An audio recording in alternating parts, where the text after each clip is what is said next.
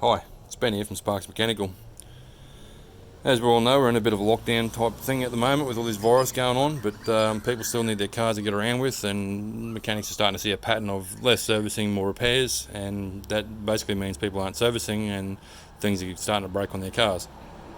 Trying to avoid this at all costs. It ends up costing you more money in the long run. If your car's due for a service, try and get it booked in somewhere and get it serviced. If you've still got a job and you can afford to do it, just get it done, okay? Mechanics are feeling the pinch at the moment as well, like everybody else.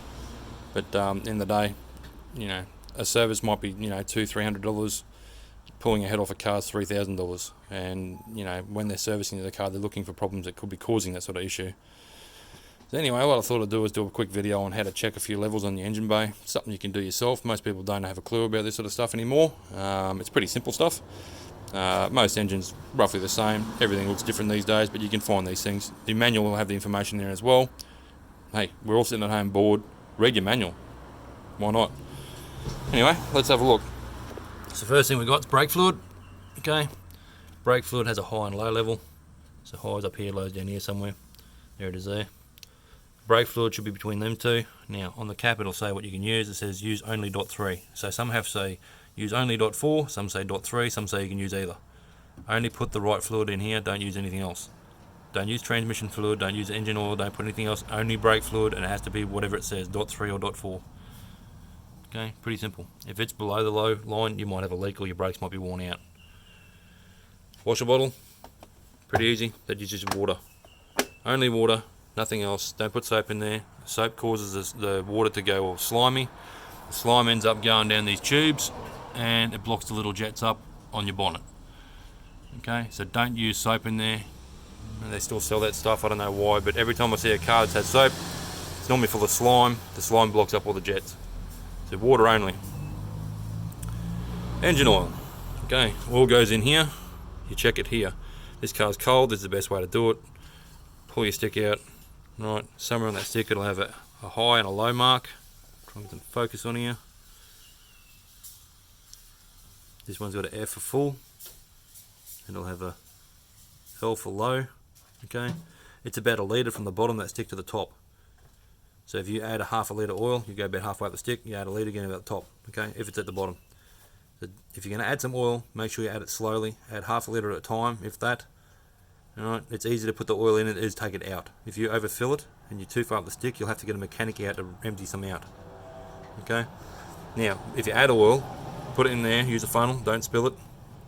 Once you've put your half a litre in, wipe your stick, dip it in again, pull it out and check it again. Sometimes it takes a few seconds for that to drain down, so do it a couple of times, make sure you get the same reading. Okay, pretty simple. That's the oil level. Most cars have that. Some European stuff doesn't. It's all on the dashboard. Most people have a stick still. Cooling system. Alright, never open this when it's hot, only when it's cold. So first thing in the morning before you drive it, it's easy. You undo it, you'll find it gets to there and it stops. To get that further, you need to push down on it and then twist. Right, just add water.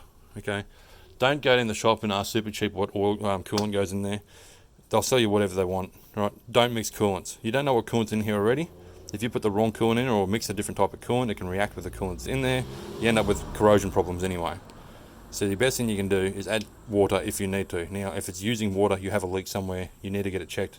Okay, coolant leaks, blown radiators, that sort of stuff. That's what causes cylinder heads to blow. That's a $3,000 job on most cars. So if you're using water, you've got a leak somewhere, you need to get it sorted. The little overflow bottle. Alright, people make the mistake all the time. They fill this one, but don't check this one. This one's more important. Okay, they're both important. This one's more important. If you've got no water in here, that's where your engine needs it. Okay, this one here, there's a high and low mark on the side. Same thing, just fill it up with water, somewhere between the high and low mark. Okay, don't add coolant, just add water. They say use demineralized water. You can use that too if you want to go by that. I never had issues using town water. I don't believe it causes issues. Some people say it does, some people say it doesn't. I'm not a big fan of putting demineralized water in them. Never have been, never had to. If you've got the right amount of coolant in there with the right amount of water, don't have issues. So that's a pretty basic thing though. Only when it's cold, only fill it up with water. Right, leave it to your mechanic. If it needs coolant, it needs flushing out. battery. All right, give your terminals a wriggle, twisty twist, twisty twist, make sure they're tight. This one is the negative side, it's safe. If you had a spanner on here and you touch this bolt or anything else, it's safe, it's not going to do anything, okay? However, if you have a spanner on this bolt here and you bring it over and you touch this piece of metal, or you hit this post here, or you touch something else that's metal around it, you're going to blow your spanner in half and it's going to burn your hand, okay? That's why the positive normally has a cover on it. This one doesn't, it's missing, it's broken off. They've normally got a cover on it so you don't drop metal things on there.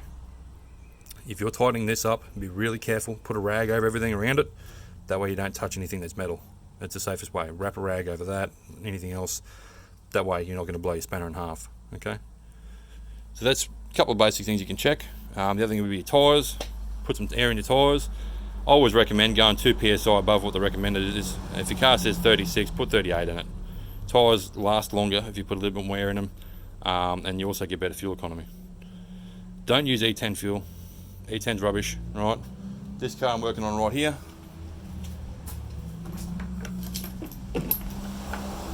it had E10 in it, and the way I can tell is the spark plugs get a red tinge on there.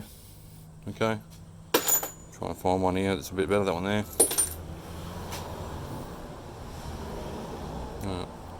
That browny red tinge on that centerpiece, that tells me it's been running on E10. Now E10 comes with water. Water causes corrosion. Your fuel pump's made out of steel or metal, and it will corrode. Okay, there's other parts of the system that are made out of metal and that can corrode too. It's not worth saving those few extra cents to run E10. Just put normal unleaded in it. Okay, you're not buying water, you're buying fuel. So when you're buying E10, you're buying some water with it basically. That's why I say, everybody, if you're buying E10, you're basically paying for water. Don't do it. Anyway, hopefully we can all pull through this. Alright, yeah, well, like I said, mechanics might be getting a bit quiet at the moment. I know I've got a little bit quiet lately, so I thought I'd just help out with a bit of a video on what you can check. If you haven't got the funds to go and get it serviced and that sort of stuff, you might as well check it yourself. Yeah, if you've got any questions, you can always ring your mechanic. Most mechanics will help you out. But yeah, try not to put off your servicing too long.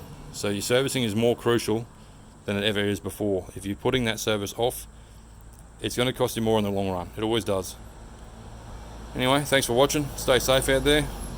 And yeah, hope we can pull through this together. See you later.